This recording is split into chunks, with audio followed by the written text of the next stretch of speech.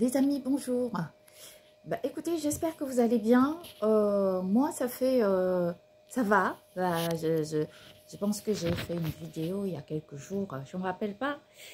Seulement, c'est un peu normal. Vu que je m'habille en noir, parce que je dois porter, comment dire, la couleur de deuil. C'est en fait les vêtements pour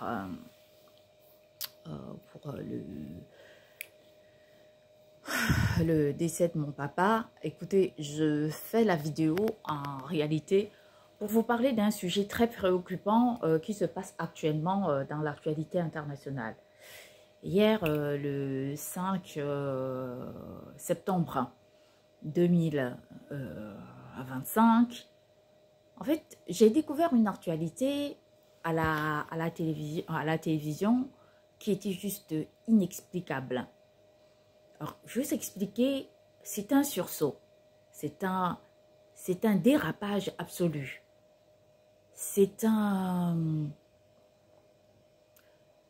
histoire dont on ne peut pas comprendre et c'est une gravité dans le monde céleste.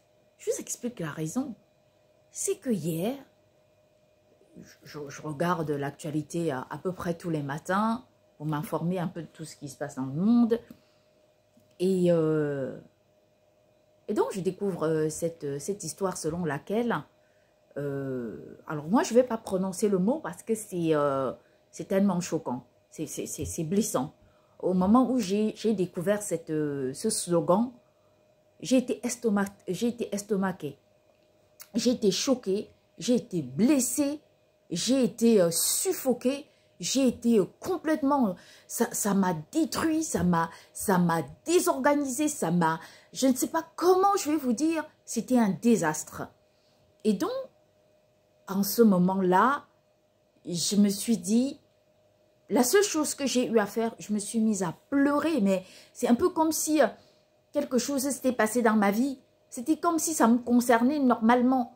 Je me suis mise à pleurer, j'étais inconsolable. La première fois où tout ça est arrivé dans ma vie, c'était où je me suis sentie aussi mal. Je veux dire, c'était quand j'avais perdu ma maman et j'avais eu le cœur complètement déchiré. J'étais mal en point, j'étais complètement détruite. Et là, hier, j'ai vraiment ressenti la même chose. Je ne dis pas qu'avec le décès de mon papa, ça ne s'est pas passé de la même façon. Non, je ne vais pas dire ça. La seule chose que je veux dire, c'est que c'est gravissime quand même d'en arriver là. En fait, l'histoire là de quoi? C'est cette femme d'origine marocaine qui est une sorte de, en fait, une féministe qui défend, apparemment elle est lesbienne également, qui défend ses droits au Maroc ou encore à travers le monde. Je ne sais pas où elle vit, mais je pense qu'elle a été arrêtée au Maroc. Et donc, cette femme, elle a fait le choix, en fait, elle a sorti un slogan selon lequel le fait qu'elle soit féministe et que... alors, je ne vais pas prononcer le mot parce que le mot, il est choquant, il est destructeur. Parce que, je vais vous expliquer, nous, dans notre monde, quand nous croyons en notre Dieu, il ne s'agit pas de... Notre Dieu, ce n'est pas une imagination. C'est pas... On ne l'a pas inventé. Il existe. Nous croyons en un Dieu qui est vivant. Nous croyons en un Dieu qui existe et qui a créé le ciel et la terre. Donc, nous, on le connaît. Ce n'est pas qu'on ne le connaisse pas. Si c'était ça, on ne prierait pas. Si nous étions dans le doute, si nous étions dans l'incertitude, ça ne nous intéresserait pas de prier. Mais on prie parce qu'on le connaît, parce qu'on connaît ses manifestations, parce qu'on sait comment il est, qui il est, parce qu'on l'a déjà vu, parce qu'il nous a déjà parlé, il nous a déjà présenté toutes sortes de signes pour nous montrer sa présence. Je ne vais pas dire que quand on prie, c'est simplement une façon de se courber et de prier et se lever et dire qu'on a accompli une tâche. Non, la prière n'est pas un accomplissement. La prière, c'est la nourriture de l'âme. C'est ce qui conforte l'âme, c'est ce qui soutient l'âme. Et si Dieu n'est pas dans la prière, alors on peut faire ce qu'on veut, mais ça ne fonctionnera. La prière sera caduque, ce sera comme si vous parliez à n'importe quelle personne. Et alors, quand on entend une féministe qui raconte sa vie, tout ce qu'elle veut, elle parle de ce qu'elle veut, quand elle veut, comme elle veut, c'est son problème.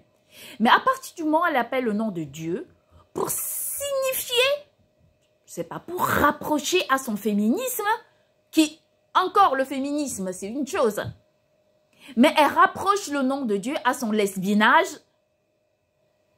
et on a simplement envie de dire que, qu'est-ce qui se passe? C'est quoi?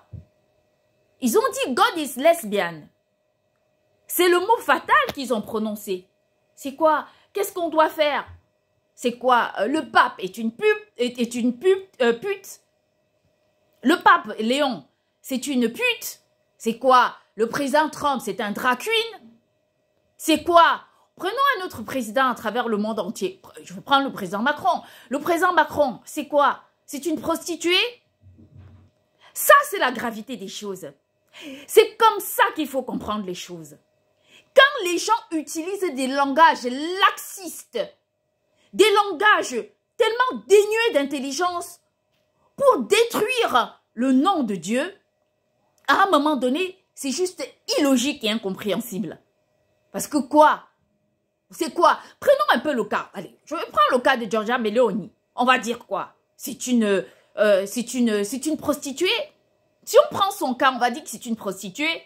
Ou encore, prenons le cas d'un autre représentant de peuple à travers le monde entier. Je ne sais pas.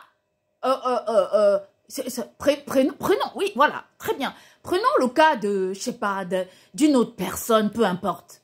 Peu importe, prenez le cas de qui vous voulez. Quelqu'un que vous admirez, quelqu'un que vous respectez, quelqu'un pour vous qui a du sens. Et vous lui attribuez une sorte d'extravagance dont on n'a jamais compris à travers l'histoire religieuse. On n'a jamais vu un slogan pareil passer à la télévision, dans les médias. Du moins, moi qui regarde souvent les médias, j'en ai jamais vu. Mais en arriver là, c'est terrible. C'est horrible. Le pire, c'est que on peut parler ce qu'on veut de cette femme. Moi, je ne veux pas m'occuper de son cas. Son cas ne m'intéresse pas. Parce que toutes les façons, en réalité, je ne suis pas pour ce qu'elle fait. Je ne suis pas une féministe. Je ne suis pas lesbienne et ça ne m'intéresse pas. Moi, je respecte les commandements de Dieu et Dieu est ferme là-dessus quand il dit ce qu'il dit. Et donc, pour moi, ça ne me concerne pas. Tout ce que cette femme doit raconter sur son féminisme, en général, je ne regarde jamais des vidéos de féministes, à grand jamais. Je ne m'intéresse pas à ce qu'elles font. Pas parce que je ne suis pas une femme, pas parce que je ne veux pas être féministe, mais parce que, de toutes les façons, il y a des gens qui regardent mes vidéos et d'autres qui ne le font pas. Je respecte tout à fait. Néanmoins, je crois qu'il est de notre devoir à tous d'essayer de maîtriser notre langage et de faire ce qui est juste. Non pas de faire ce qu'il faut faire, mais de faire ce qui est juste pour faire progresser ce monde. Il est hors de question qu'on associe le nom de Dieu à un commandement que lui-même a refusé. Un commandement qu'il a c'est même pas un commandement, c'est une décision divine. Il a dit non, un homme ne couchera pas avec un homme comme font un homme et une femme. Dieu a dit ça. Pour nous, c'est intransigeable. On ne peut pas discuter. On ne peut pas passer à côté de cette logique. Pour nous, c'est comme ça que ça fonctionne. Donc, quand on aime notre Dieu, ce n'est pas parce qu'on a envie de négocier. Aucun être humain ne nous fera négocier. Aucun. Ça n'existe pas. Parce qu'on aime Dieu et puis c'est tout.